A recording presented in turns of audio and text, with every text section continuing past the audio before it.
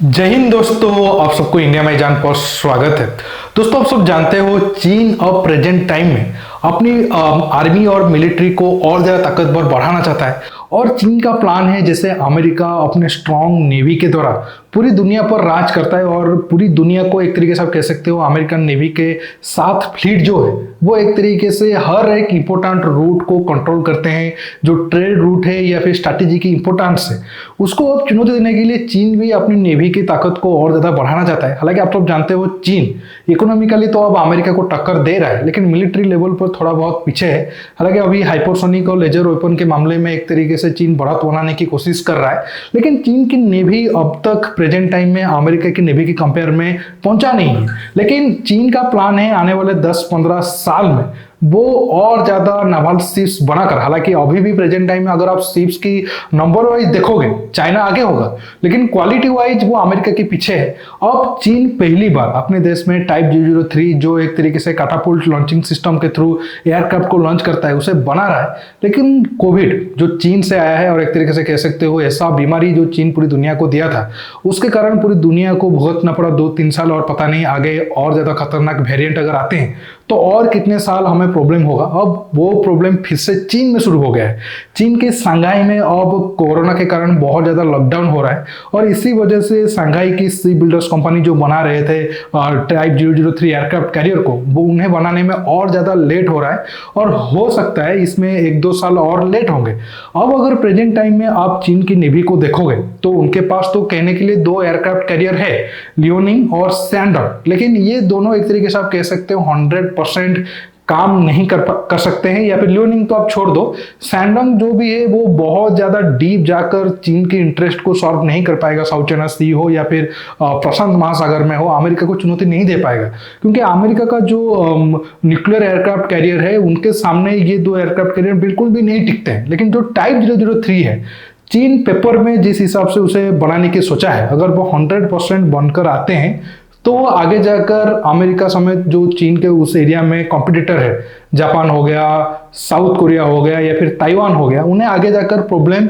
हो सकता है। क्योंकि लियोनिंग आप सबको पता होगा, लियोनिंग की फोटो आप साइड में देख सकते हो कैसा एयरक्राफ्ट कैरियर था, उससे बाद में अपग्रेड करके चीन कैसे लियोनिंग को बनाया। सैंडोंग को भी चीन एक तरीके से लियोनिंग का जो डिजाइन था उसे कॉपी करके बनाया था, लेकिन बाद में उसमें इंजन में कुछ इशू आया था। अब टाइप 003 को चीन बना रहा है कि ये कैटापुल्ट लॉन्चिंग सिस्टम के थ्रू लॉन्च हो सकते हैं। आप सब जानते हैं जो स्टोबार मेथड में आपको पता होगा रसिया हो गया, इंडिया हो गया या फिर चीन हो गया, सबके एयरक्राफ्ट कैरियर में ऐसे होता है और जो फाइटर जेट होते हैं वो ऐसे करके टेकअप लेते हैं। और इस टाइप के लॉन्चिंग में आप क्या करते हो कि जो फाइटर एयरक्राफ्ट का 100% पावर है उसे इस्तेमाल नहीं कर सकते हो और फाइटर जो एयरक्राफ्ट होता है वो 50-60% पेलोड साथ ही टेकअप कर सकता है।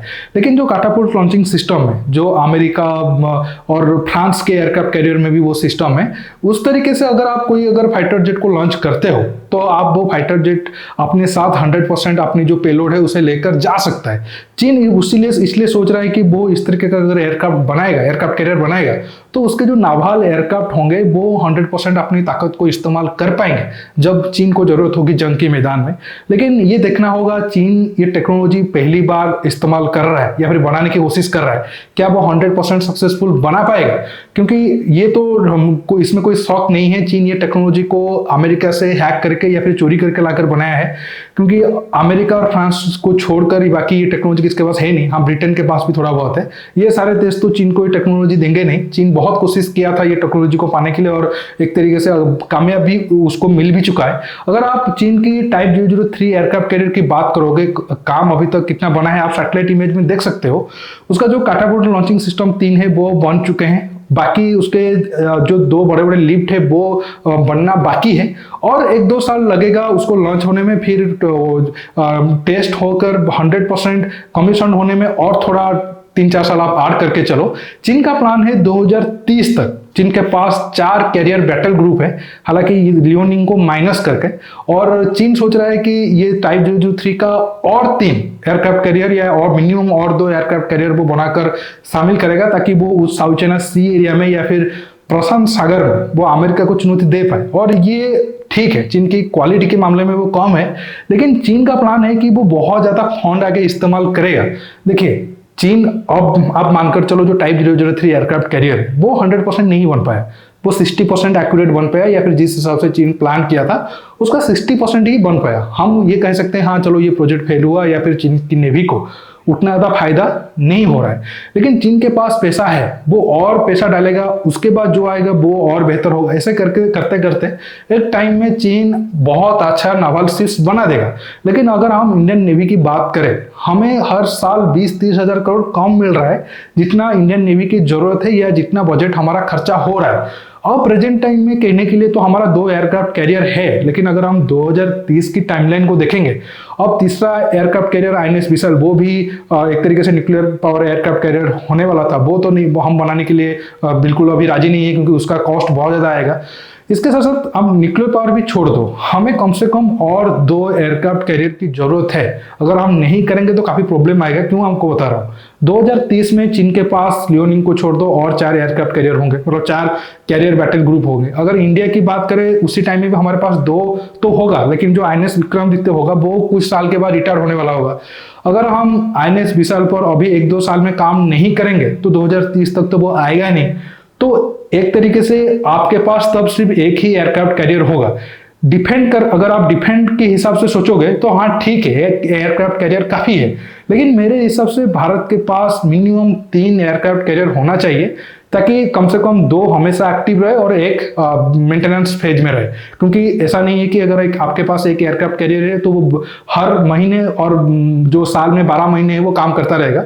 6 महीना अगर वो सर्विस में होगा तो 6 महीने या फिर 4 महीने वो मेंटेनेंस फेज में होगा। तो इस हिसाब से प्लानिंग करके हमें काम करना चाहिए।